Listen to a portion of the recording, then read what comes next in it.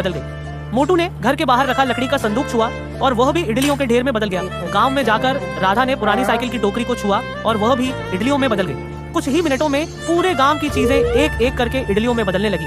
देखते ही देखते गांव में हर तरफ इडलियों के बड़े बड़े ढेर दिखाई देने लगे। पूरा गांव इडलियों से भर गया। गांव वाले परेशान हो गए और उन्होंने मोटू और राधा को गांव से बाहर भेज दिया। दुखी होकर मोटू और राधा शहर पहुंच गए। वहां उन्होंने देखा कि एक आदमी की इडली की दुकान पर बहुत ज्यादा भीड़ लगी हुई थी। दूर दूर से लोग स्वादिष्ट इडलियां खाने आ रहे थे। यह देखकर मोटू और राधा ने सोचा, क्यों ना हम भी अपनी जादुई इडली की दुकान खोलें। तभी मोटू और राधा ने चावल की बोरी को छुआ और वह इडलियों में बदल गई। यह देखकर उन्होंने अपनी छोटी सी दुकान खोली जिसका नाम रखा मोटू और राधा की जादुई इडलियां। धीरे धीरे उनकी दुकान पूरे शहर में मशहूर हो गई। उन्होंने एक बहुत बड़ा शोरूम खोला जिसका नाम रखा मोटू और राधा की फेमस जादुई इडलियां। अब दूर दूर से लोग उनकी स्वादिष्ट इडलियां खाने आने लगे और उनकी दुकान शहर की सबसे मशहूर इडली शोरूम बन गई। लेकिन एक दिन इतने बड़े शोरूम में भी मोटू और राधा रो रहे थे क्योंकि किसी ने लाइक और सब्सक्राइब नहीं